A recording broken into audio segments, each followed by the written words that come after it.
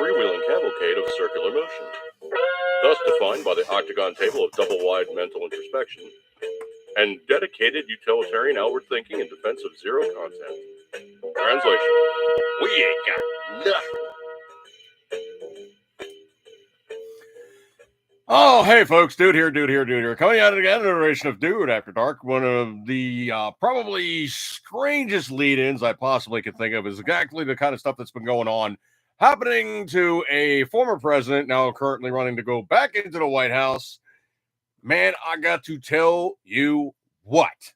That whole thing about, the guy trying to take pot shots at Trump and just... I know, sound guy. I'm going to try to keep it charitable here, so it's not like I really got to worry about. You're in the jailhouse now. Okay, I'm not going to worry about that, but essentially, we truly did have a situation where Trump was doing a speech, and I don't think it was ricochets, man. I think it was close up and sound guy. Yeah. Okay. So yeah, he was making a speech, and there was some very close in kind of action taking place with dirtbag who shall remain unnamed taking pot shots at Donald Trump. Sound guys, stop that, okay? Also the whole thing about like the way the Secret Service was ensconced, and obviously the sniper guy was on point and basically really just, but the rest of them were kind of sound guy. Are you gonna be doing that ricochet the whole time?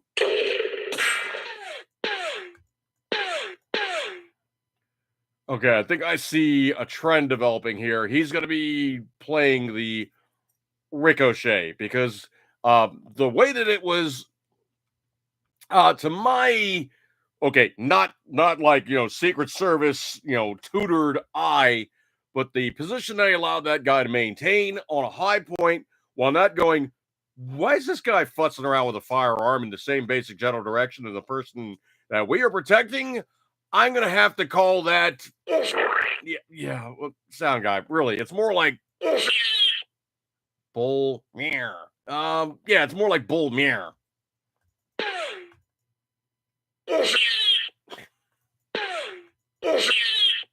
Okay, bull it, not bull.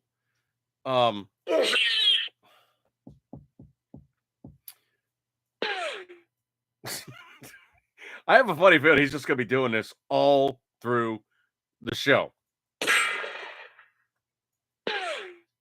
All right, sound guy. Okay, so anyway, the guy was actually ensconced on the roof, had an AR-15.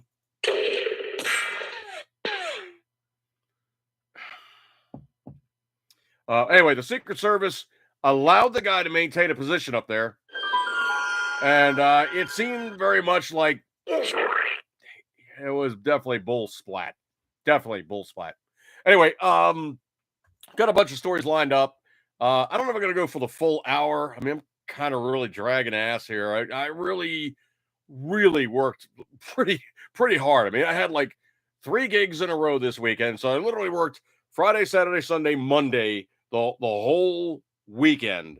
So it was one location, which is really not the easiest one to get in and out of. Trying to get a band in and out of. It's a club that's down in the area known in Baltimore as Fells Point. So Fells Point is a waterfront area. It's kind of old school. I mean, you look at the buildings and the layout of the place. It really looks like something, from like the 1700s that they just kind of modernized. The waterfront roadway is still cobblestone, and it's probably about a 10-block area. Maybe a little bit more of a waterfront area that's kind of a party zone. There's a whole bunch of like smaller clubs and whatnot, bars, restaurants, hotels. The big name hotel in town that's owned by Kevin Plank, the guy that owns Under Armour, It's called the Pendry, and it's literally across the street from the club that we worked at, which is called the Waterfront Hotel, and it literally is an old hotel, and they just gutted the thing and turned it into a concert hall. So in terms of the area where it is, it's pretty big. In terms of the actual area of what it is, it's not that big. It's really not that big a space. But it's a big space for down there because most of the buildings tend to be fairly small. Obviously, the footprint is the footprint. They really can't go any further because essentially what they have is all they got. That's really all they have. There's nothing else that's really going to grow the place any bigger. Sound guys, stop. Okay, it's not like we're talking about Trump right now. We're talking about me doing the gigs. Okay, so anyway, sound guy, stop. But I pooped from there. Okay, he's really saying that the things that he observed was got it. Thank you. Sound guy is definitely saying he does not approve of the maintenance therein of security, which should have been in place. Anyway, improv Trumpus Magnus Halter. Patron favorite room. Appreciate you coming on by, dude. So anyway, look at that stuff as it is. The way, shape, and form in which we find ourselves. I was working that gig in Fells Point, and the problem with that place is it's literally a 2-story place. Well, to get in all the equipment, which we had to hand carry in, so literally the equipment for the guitarist, the equipment for the drummer, the equipment for the sound hookups, all that technology had to go upstairs. Also, conversely, we had to bring along our own microphones and own cables. That stuff's not so bad, but it gets to be quite a bit after a while. So anyway, way, shape, and form, which we found ourselves, I had to bring all that stuff upstairs along with the other members, get it all set up, and then trundle it all back down yet again. Never mind, it's flipping hot in Baltimore right now. The humidity was through the freaking roof. It was not a fun thing to do. So anyway, we got that one gig in. The next gig, we're way down like Colonial Beach, Virginia, which means essentially you come out of Baltimore or you come out of Washington, D.C. area, and you follow alongside the Potomac until you're going way down where this place is, which is kind of towards like, the end of the Delmarva Peninsula. So it's on the Maryland side, mind you, not the Delaware side. So anyway, on the Maryland side, it then has like this weird meandering state line thing where it's really funny. It's like, if you look at this place, it's on the water. And it is actually a waterfront bar, oceanfront. It looks like a lot of the stuff you'd see in Florida. Essentially, you have, the bar is alongside the beach. There's the stage at one end. There's a restaurant at one end. And then there's like a sand area where they have basically like outside seating. There's obviously outside bar, a pizza, actually a brick oven pizza going outside. And if you look at this, it's actually kind of funny on the map because you have the place that's alongside the water. It goes out. Then you actually have the beach. Then you're crossing over into, salt water, crossing into the Chesapeake Bay. Now, the funny thing about it is the way this whole, states got their shape kind of a thing is the state line for Virginia and Maryland go down. And it's literally right there. The funny thing about it is you walk out of Virginia, halfway down the beach, you walk right back into Maryland.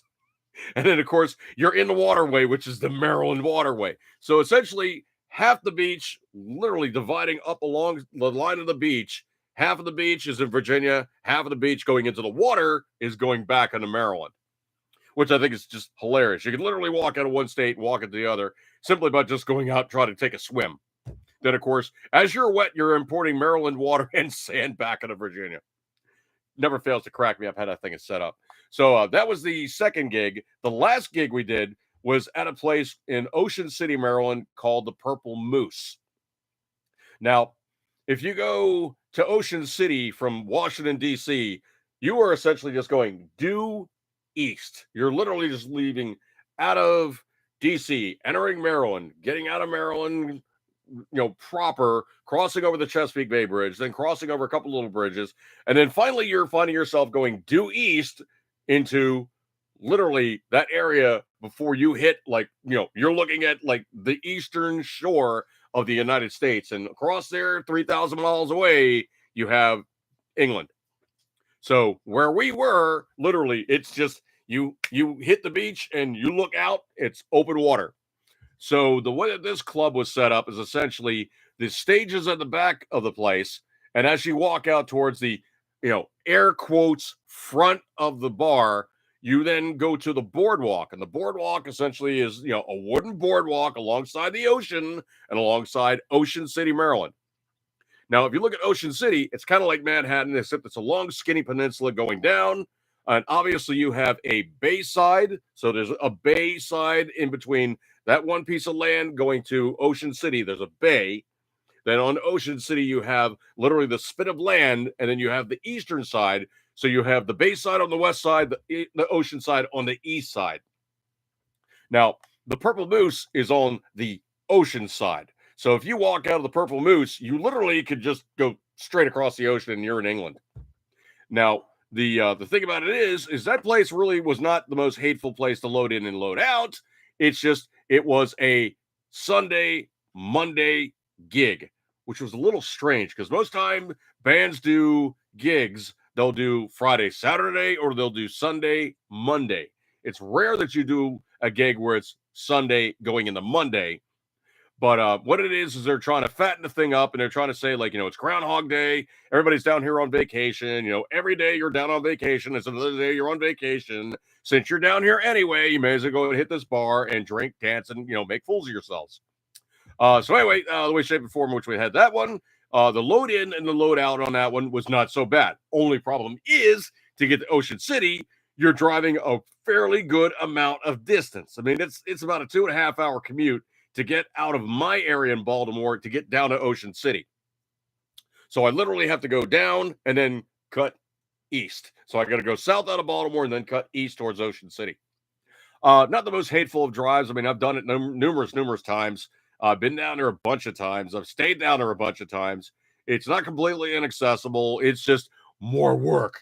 So this weekend was just way more work. And I'm kind of feeling it just a little bit. I'm not so zombied out as earlier. I mean, I got home and I was like, let me go do a few things on the computer before I go to sleep, get my stuff together here. Because the thing about it is you have the band house there, and there is a supported housing unit for the club. And they say literally, if you're a band coming here, you don't have to get stuck with the unbelievably high room rates down there. And you can stay in the band house. Is it a great band house? It's kind of but it's close. It's only literally half a block away, and it has all the amenities that you would need. Literally, it basically has light, air conditioning, and more than importantly enough, it's got a place to take a shower and sleep. That is literally all you need. It does have a kitchen. Actually had a good size refrigerator there, so everybody was stashing their leftovers in there. And across the street from there is a pizza place. So that's one of the late open places where most people tend to wind up after doing a gig. They're like, yeah, let's go get some pizza and go back to the band house, crack a few and then go to sleep. And it really was just so much work on top of work on top of work. Now, the nice thing is 2 of the days I actually was able to drive home and sleep in my own bed.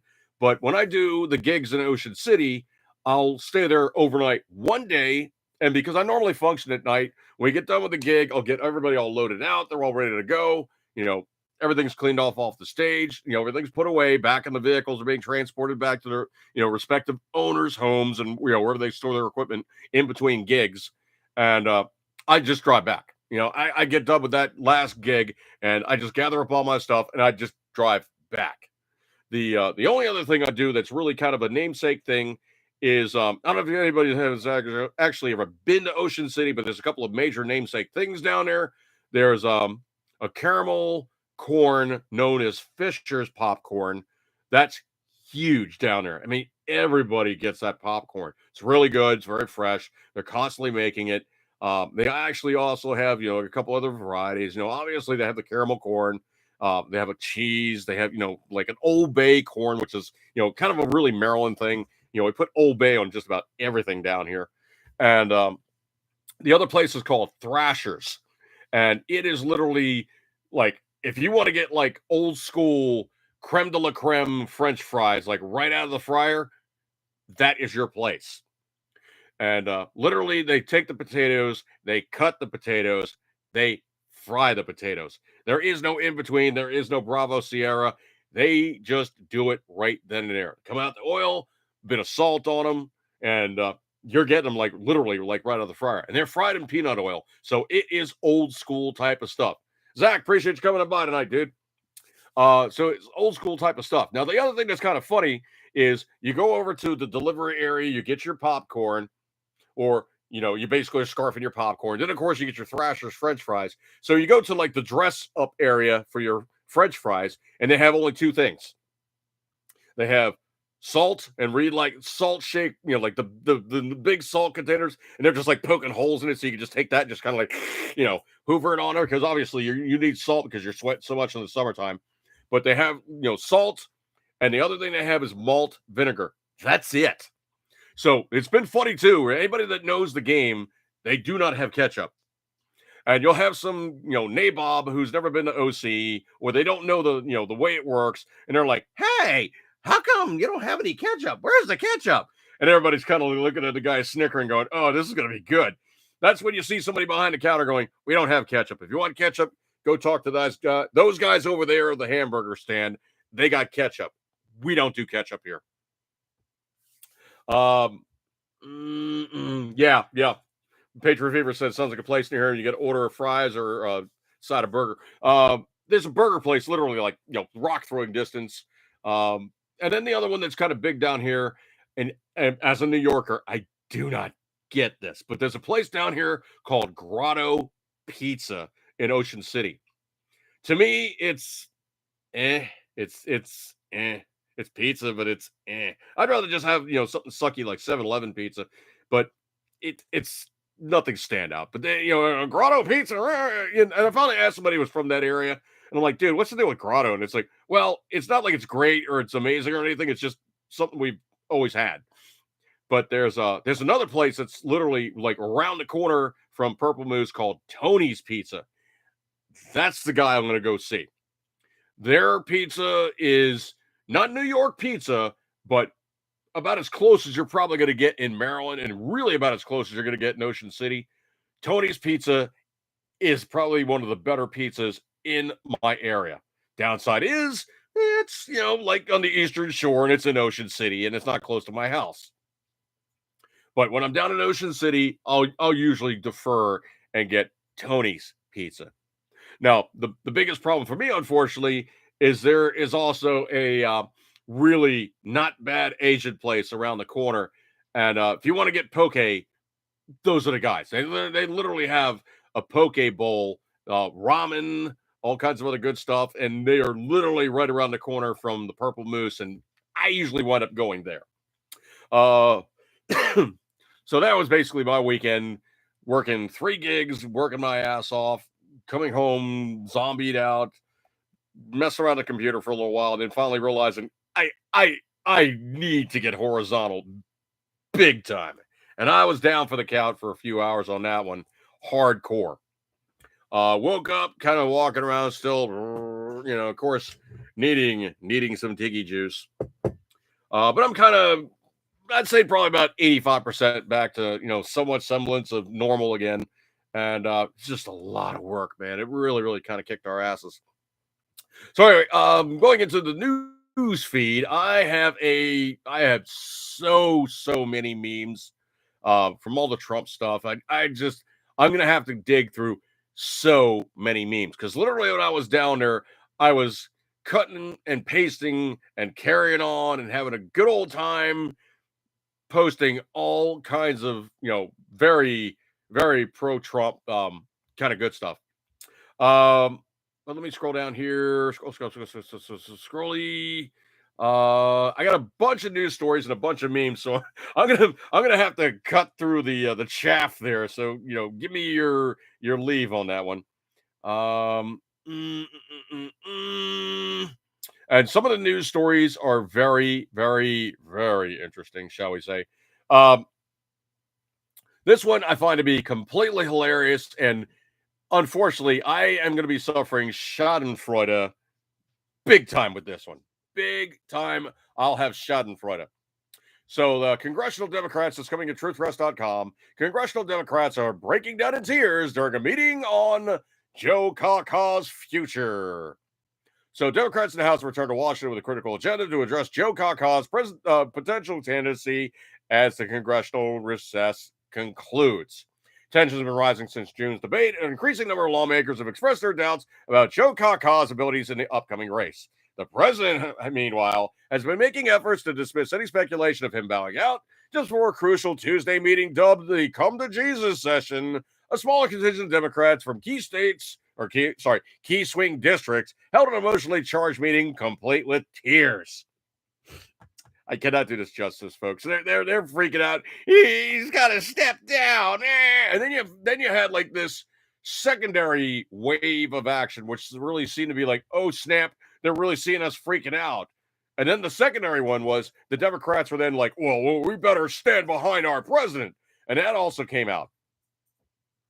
Patriot Fever. No, I'm not going to get into that one. But possibly. Scrolly. But yeah, they're having that really serious come to Jesus moment. It's getting very, very interesting. Let's give you a second here. Let's see. Scrolly. Coming in from Breitbart.com, probably a connected story. And there's now a story about, well, panic is setting in. The Democrat internal polling shows the GOP might be flipping 20 House seats in Congress. That's interesting.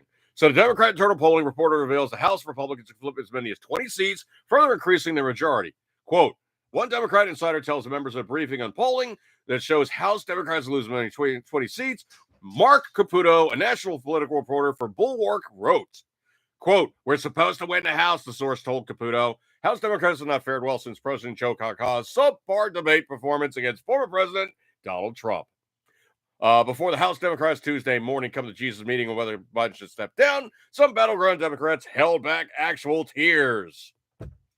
This is Schadenfreude, people. I'm flipping liking it. One swing district Democrat described the meeting as quote unquote intense. Another said Biden has got to step down. The same Democrat said there were actual tears from people and not from Biden. However, not all House Democrats agree with the swing district Democrats.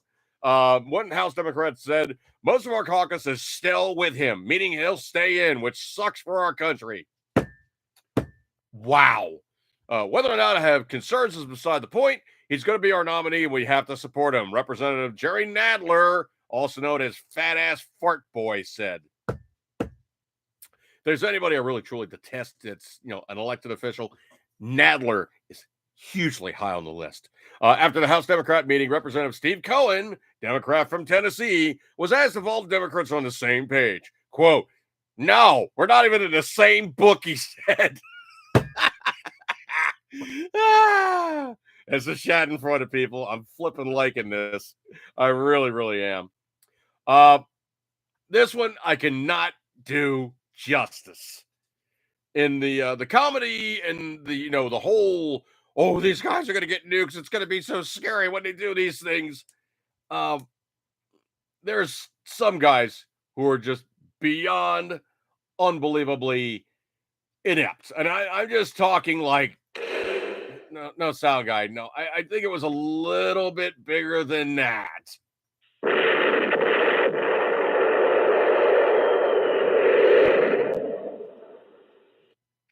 Yeah, they kind of had a boner.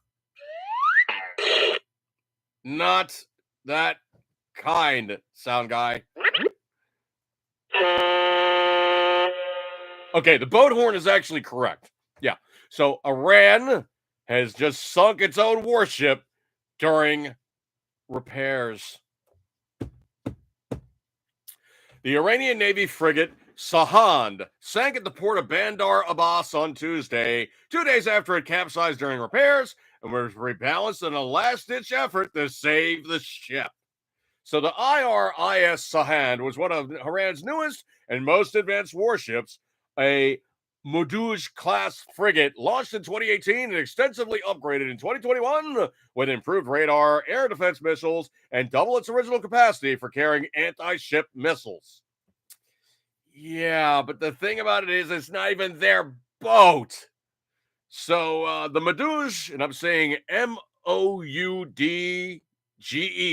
Moduj class, is based on the British Vosper Mark V design, which dates back to the mid 1960s. So the British supplied Iran with a number of these ships before the Islamic Revolution of 1979. The original loadout included anti-aircraft and anti-ship guns, torpedo launchers, and missiles for attacking both air and surface targets. Iran created the Moduj frigates as more of a modern improvement to the original designs, prominently including a more narrow and sharply angled hull, which might have been intended to reduce its radar structure. Radar signature. Folks, there's a simple aspect you have to understand about a boat. The reason why a boat stays afloat is because it's lighter underneath and it's not so heavy up top that it basically goes, I'm like the cork bobbling up and just going and capsizing. So literally what it is a boat. If you ever seen the talk on how a boat is actually weighed, they call it displacement. Literally, they drop the boat in the water and they know, okay, this boat is going to displace 68,000 tons of water. That's what it, air quotes, weighs. Its displacement weight is what they're worried about. Now, if the boat was solid, obviously it would sink, completely. It would sink completely.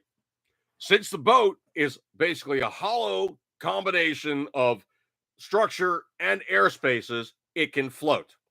So in the process of making a boat, you have to have a boat that is obviously able to float. Then again, the way that you look at most boats, there's, a third of the boat might be actually underwater. Some boats actually float way higher. But the thing is you also don't want to have that cork that's being held up out of the water with a 5-pound weight on top that then just makes the thing flip over. That's capsizing. So what these guys did was they built something tall, narrow, that might actually float, but there's so much weight up top that it acts as the fulcrum to lie it over. So that's where we are with these guys building this narrowed, less radar detective style of construction. So they made it more narrow and a sharply angled hull, which might have been intended to reduce its radar signature. Dude, it's a flipping boat. You're going to see the thing in the water no matter what. Okay, stop. So these factors might have combined to cause the Sahand to capsize because the hull was too narrow and it was overloaded with heavy weapons. The Sahand was reportedly carrying far more ordnance than other ships in its class. In other words, it was overloaded on the top end. The ship was able to make a symbolic voyage to Russia in 2021 to participate in a naval parade, but that was before it was upgraded and packed with more weapons. I cannot do this justice.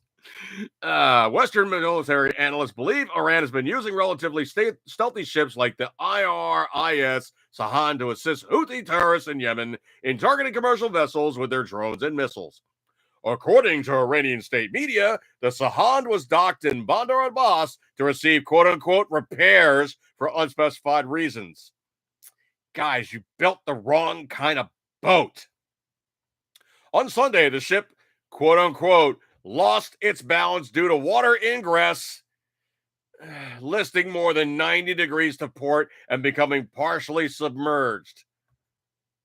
That is capsizing, okay?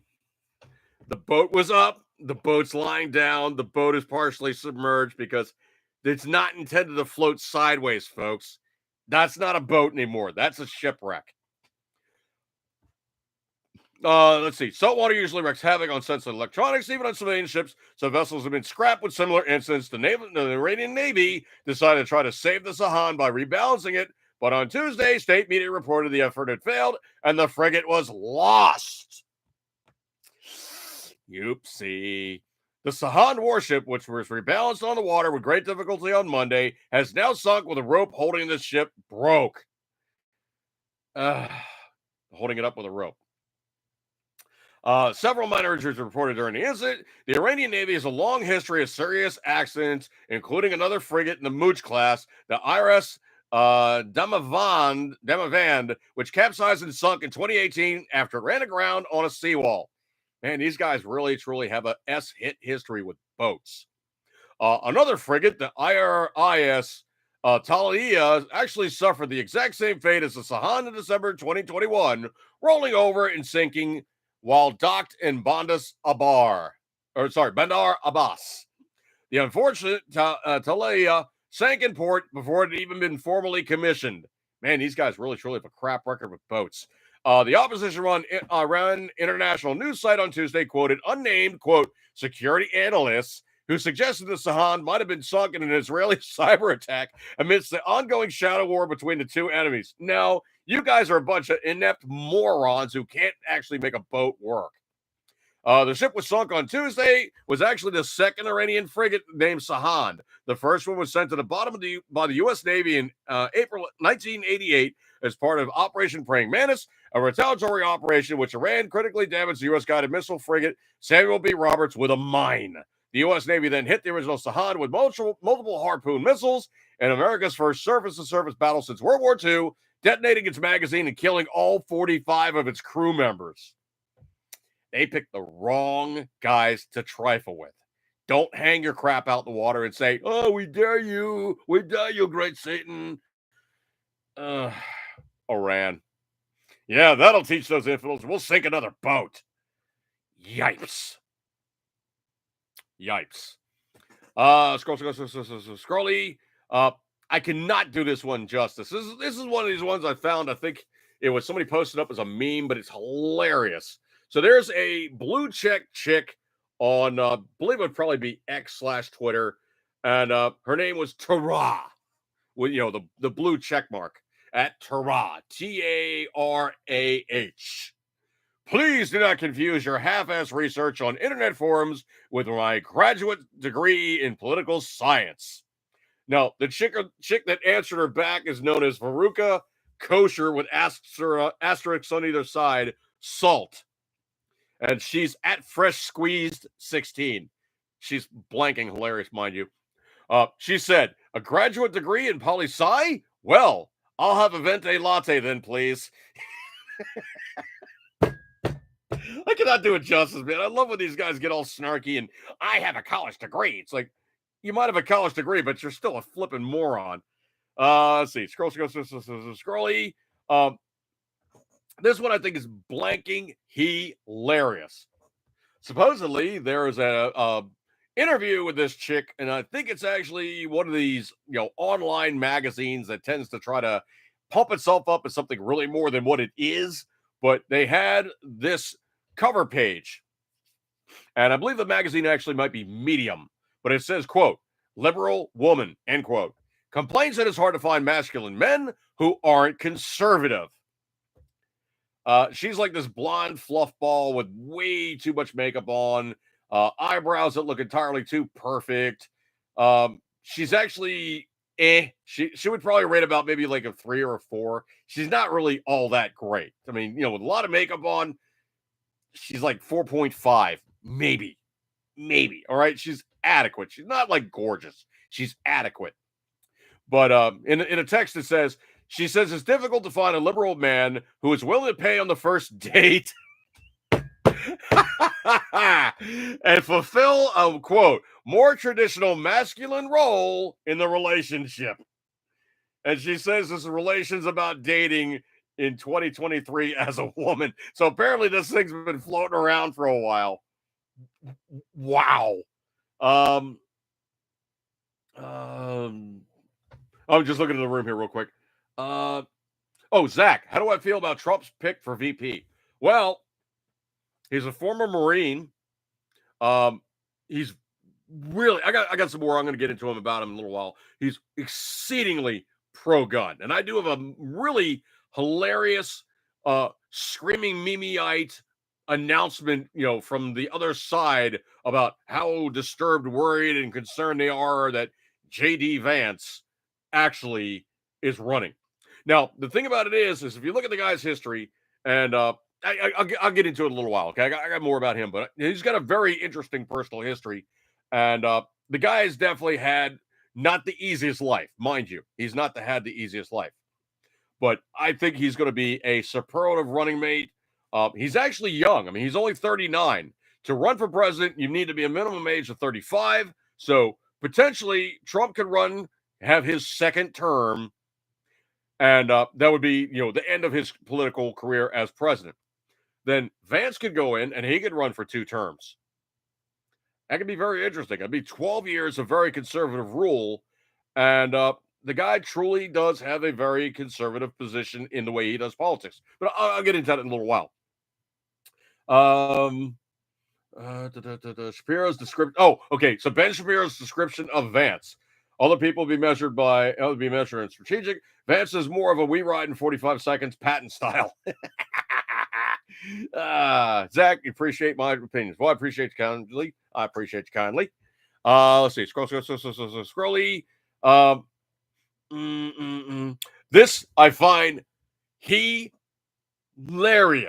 So I'm not going to get into the whole text about it. I can simply just run over it real fast. You'll see what it is. But a Hollywood dumbass says, "Oh no," and wants Joe to bail out.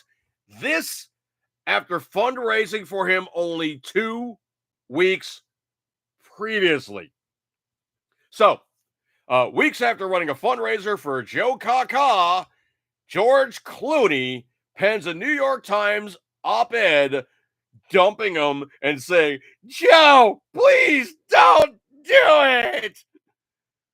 Man, you want to talk about anybody that really, truly, stridently espouses the virtues of being a moron, pretending to be somebody, and then when you actually hear them speak, they really, truly don't have a whole hell of a lot to input upon things and impart upon things, other than the fact you realize these guys are flipping morons. There's a reason why you pretend for a living. You're an idiot. You're just a bleeding, bloody idiot. You impart nothing to it other than, well, you've heard some catchphrases. You can string a good sentence together. But when it really, truly comes down to it, you're a moron. A complete, absolute moron. And I've had a really extremely low opinion of George Clooney to begin with. The guy literally is a stuffed shirt. He does not impress me in the slightest. I think he's kind of a sucky actor, to tell you the truth. And frankly, when he espouses the virtues of liberalism and tries to say how great it is to be a raging liberal, dude, you're blanking rich. You can do these stupid things and it doesn't affect you in the slightest. You can live in a hellhole ridden area, and oh yeah, you live in the nice part of the hellhole ridden area. You espouse the virtues of socialism daily, and you are a moron. Scrolly. Man, this is space bomb territory. Boeing is now F-chucking it up in space as well. There's NASA astronauts who are now stranded on the International Space Station thanks to, yet again, another Boeing F-chuck-up. So the astronauts are now stuck on the ISS, are confident that the Boeing Starliner will bring them home. I wouldn't be. You know what? At this point in time, I'd say, hey, Russia, send up a Soyuz, please. At least we know the damn thing works. Getting into the text, a pair of NASA astronauts left stranded on the ISS without a clear departure date expressed confidence Wednesday that their Boeing Starliner spaceship would get them home soon.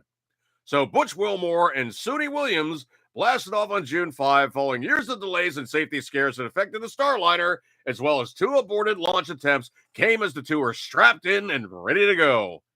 Dude, it would not have been me. They docked the following day. Was meant to be roughly a week-long stay, but their return's been pushed back because of thruster malfunctions and helium leaks that came to light during the journey.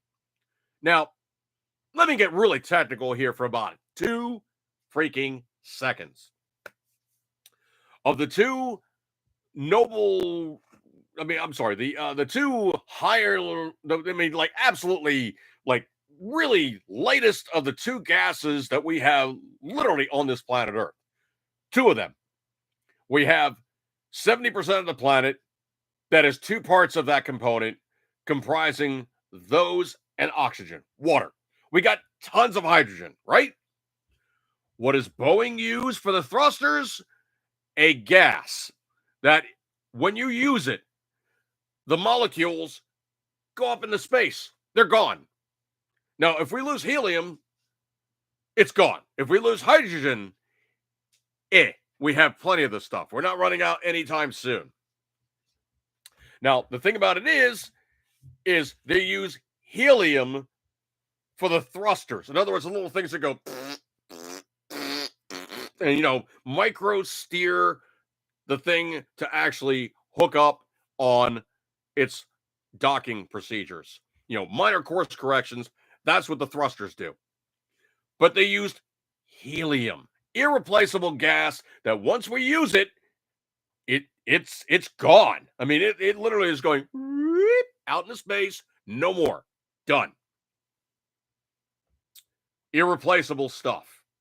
Also, never mind the fact that, like, some nuclear reactions that we utilize, some research that we utilize, obviously, floating balloons, but it's an irreplaceable gas. Most of the time we're finding helium now is because it's basically embedded in, like, coal and petroleum and other things we're pulling out of the ground, and we're extracting the helium out from being, like, surrounded by all this other stuff holding it in place.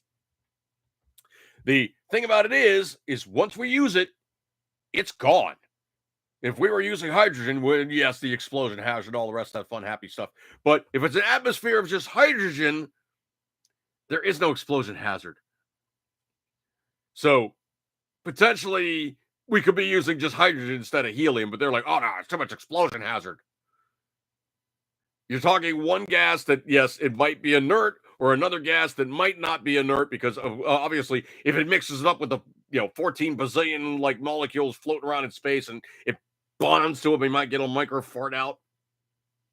I think they made a really stupid engineering choice by using hydrogen. They could have used any other gas on the planet, and the only thing really going for helium or hydrogen at this point is its light. That is all it has going for it. It is a light gas.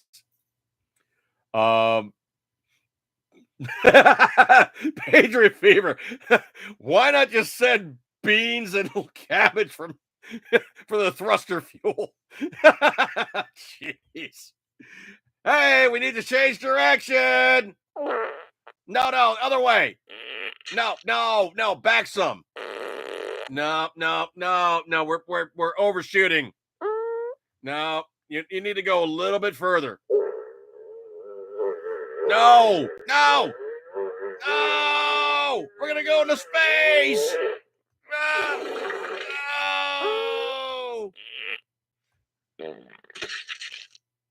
No! Somebody's gonna have to change their astronaut suit. Okay, I don't know why, but this spacecraft really, really smells.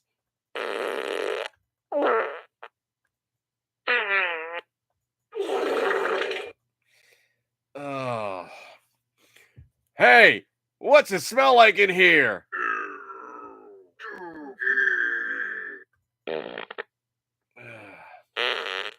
Changing course.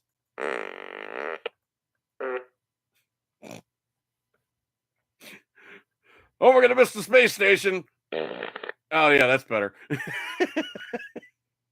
Anyway, so they're happy, joy. They're gonna come back, and teething issues with new spaceships aren't uncommon. So why is it that Elon Musk stuff seems to just work? Don't know. Speaking of things that really truly don't work, so I'm gonna have to have a little fun with this one. The permanently pissed Palestinians peer. The probable progress is potentially poo-pooed. So in short, Hamas screwed up the progress entirely too much and will not get a free num-num off the ship now. So, coming in from Breitbart, making this short, President Biden's $230 million boondoggle of the Gaza Pier to be dismantled permanently. Thanks, guys. Wasting taxpayer dollars. Palestinians, man. You know, if there's anybody that really truly can screw the pooch and really make themselves look stupider, they do. They do. Screwing with Israel. Israel's like, ready to just completely blow them off the map. Hey, let's send a bunch of rockets over. Let's kill all the Jews. Dude, no, no. They okay. You have that many Jews in that small an area, and that's the only place that they're quote unquote allowed to be. You're not going to win that war, okay? As a matter of fact, it's now coming out that pretty much Rafah is just about done. So I'm thinking that by probably end of this year, Hamas is going to come to the table going, okay, we fought the good fight, we got our asses handed to us. You damn Israelis, we capitulate. I think that's what's going to have happen. I would reckon as soon as the White House changes hands, I would tend to think that they just look at it and go, oh, Krapsky, this is not good. We're going to stop. Scrolly. I don't know if you guys heard about this one or not, but supposedly this one coming in from really not under the radar. You can kind of see it for what it is. Societal changes, technology being what it is. Obviously, so much is so easily accessible, so portable, and just it's everywhere now. You don't need to worry about having a jewel case with your favorite DVD movie in your pocket or, on your person or loaded into a player. Streaming services pretty much have taken over. And we can now pretty much put up,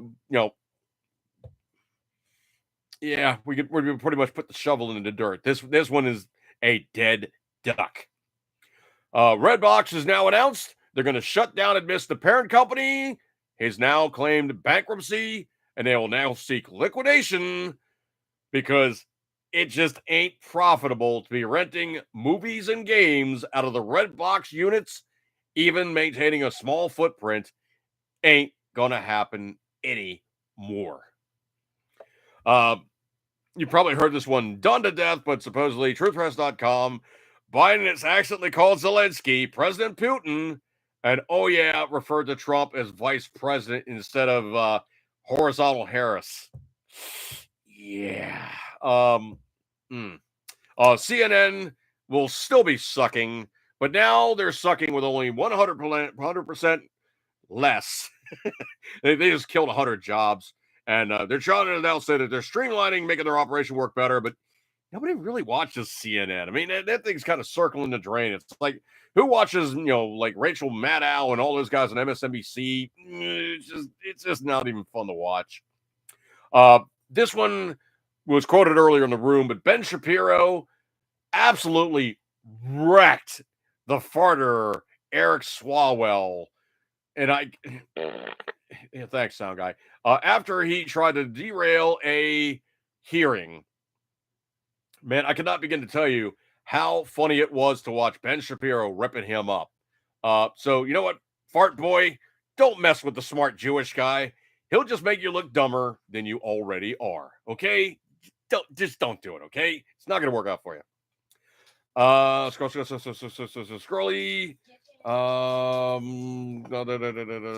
Scroll. Got way too many memes here about it. I thought this one was completely ridiculous, but supposedly, after the assassination attempt, there was news stories reported Trump escorted away after loud noises at PA rally. Really? The other one was Secret Service rushes Trump off stage after he falls at rally. Really? Really? As if you're not going to get, just completely washed away by everybody talking about the news story for what it is. Yeah. Anyway, so getting into the news story, the 20-year-old butt bung, described as a Caucasian male. Well, he's a Caucasian male with a new dent in his head. So he supposedly is from Bethel Park, PA. Was in Bethel Park, PA. And they said he was on top of the building, 130 yards away. Secret Service basically saw him futzing around, didn't do anything, until he started squeezing off rounds. And they're like, actually, we got to do the job now. So from the story I've actually heard, it's been kicked around a bit. Supposedly, this has been coming in from like Reddit, where the guy's like, I got, hit canned after taking the shot.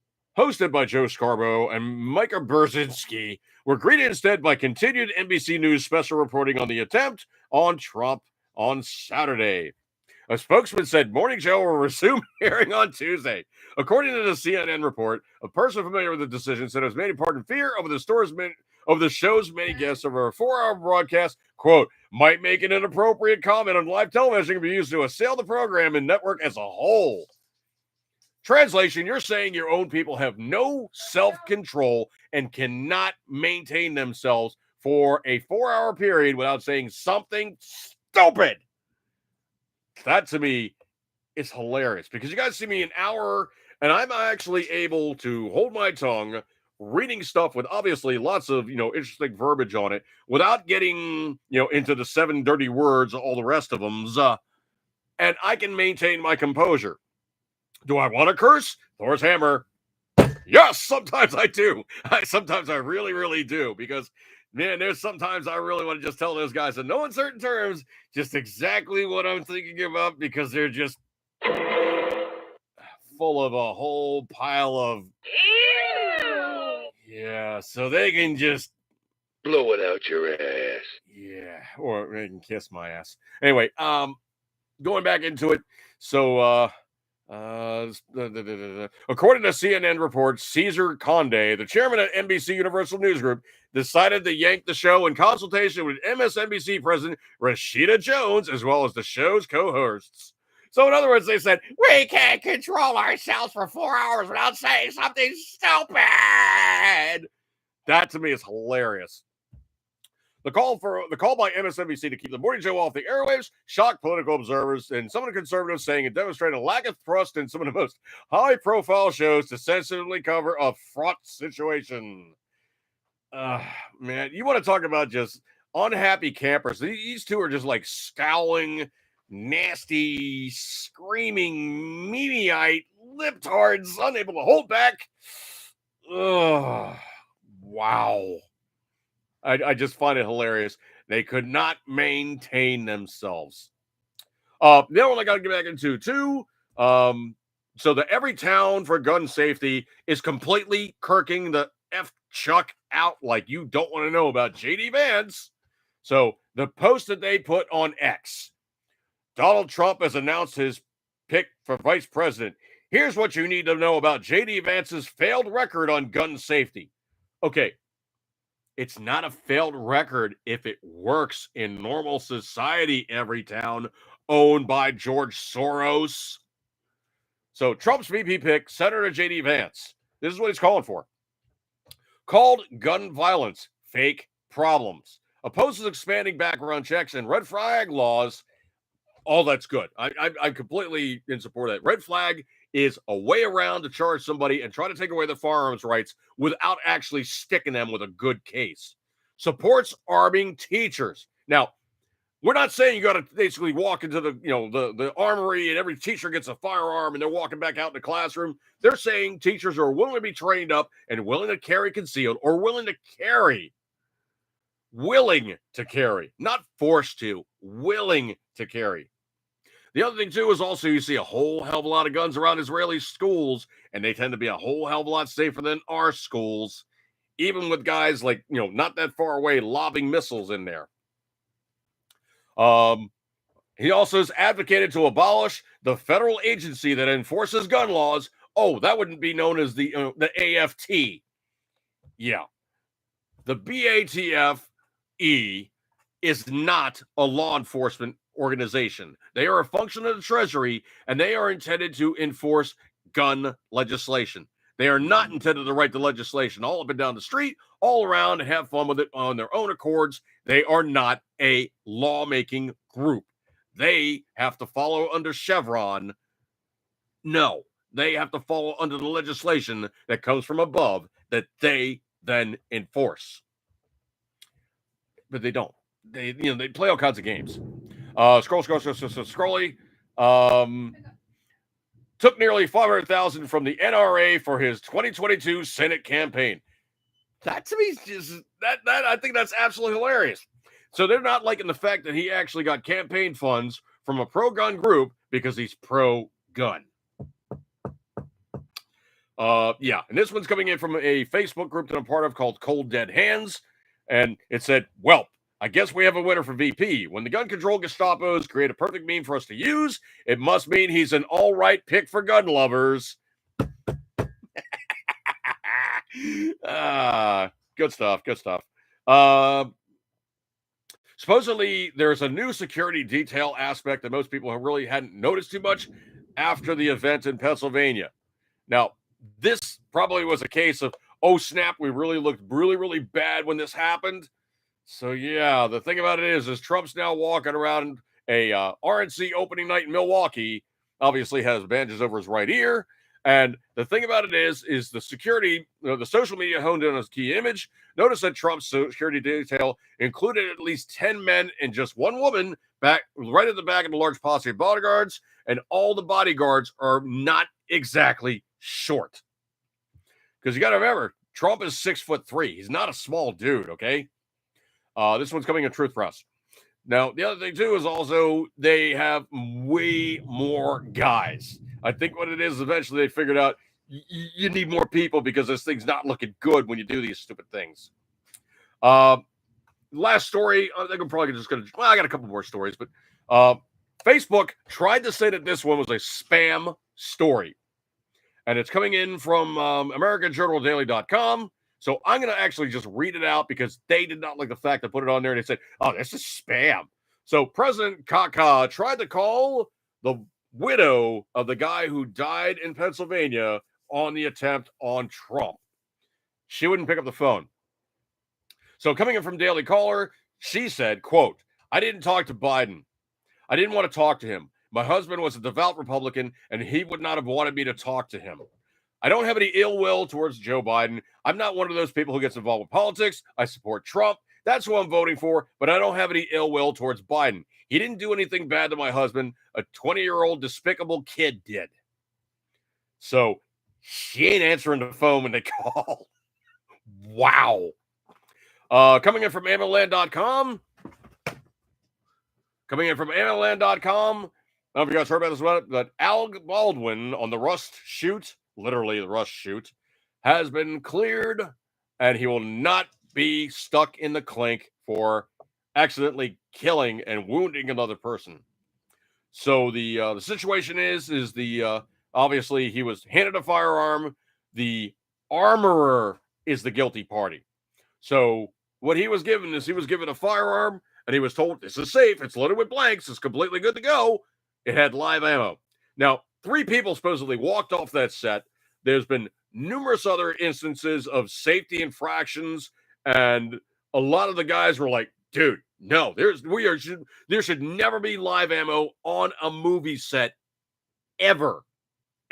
It's always going to be blank ammo, and it's always going to be safely checked to be blank ammo, because even using a blank round in a real gun, if you have something that can be used as a projectile in front of that blank round, the gun will fire and eject the whatever it is and potentially kill somebody. Read, that's what happened to Brandon Lee. That's what happened to Eric Hexum. All these guys doing stuff with, supposedly blank firearms, unfortunately got in a situation where a projectile was, ejected, or the gas being ejected from the weapon was enough to kill the person in point blank region of one's head. So him having a weapon handed to him with live ammo, well, first and foremost, he probably should have been, somebody that was, adept enough to go, hang on a second, let me check this thing. And he probably should have popped the rounds out and looked at him and was like, that looks like a live dude. That looks real. And they should have looked at it and they should have said, yeah, that's live ammo. That's not a blank. Hang on a second. Let's shut everything down, clear all the live ammo, blanks only, get all the live ammo physically out of here. Now, I did hear that, the armorer, supposedly she's been charged. Other people are now in major trouble as well. There should never, ever, ever, ever be live ammo on a movie set, ever. Simply because there's too much instance of things getting mixed up. Something could possibly happen. Accidents happen. And when you're talking firearms, usually the accidents don't work out really, really well for anybody. So him being charged with, the wrongful death and whatnot, if he was found not guilty, it's more a case of the armorer versus the actor who was given the firearm. The only thing I could really charge Alec Baldwin with, I could charge him with criminal bad gun handling. But the armorer truly is the one to blame. This one I find completely, absolutely hilarious. Breitbart.com, Judge tosses the documents case against Trump. Why? Because Jack Smith was appointed unconstitutionally. So, Jack, you can bugger off, man. There's no reason for you to be sticking your little snooter in there any longer. You are not the guy. So we're looking at here. We're looking at hour and change. Oh, music. I guess that means we got to roll on out. Good stuff like that there. Got a storm rolling in too, so I don't want to lose signal. Anyway, so appreciate you guys hanging out with me tonight. Get a gold star for hanging out with me, and I truly appreciate your kind attention. I am not 100%, but I managed to hack it and make it work. Good stuff like that there. Thank you guys so much for all your comments in the room, and I truly appreciate your kind attentions. I'm going to roll out on this one. Eat good, keep pretending. As always, you know you love it. I will see you guys next week. Let's put out something sooner, but I got something off to the side. I'm thinking a knife blog video needs to get made, and it will be seal knife worthy. So we're talking U.S. Navy steel knife. Good stuff. I'm going to break up on this one, guys. Have a good one, and I will catch you guys later. See you then. British.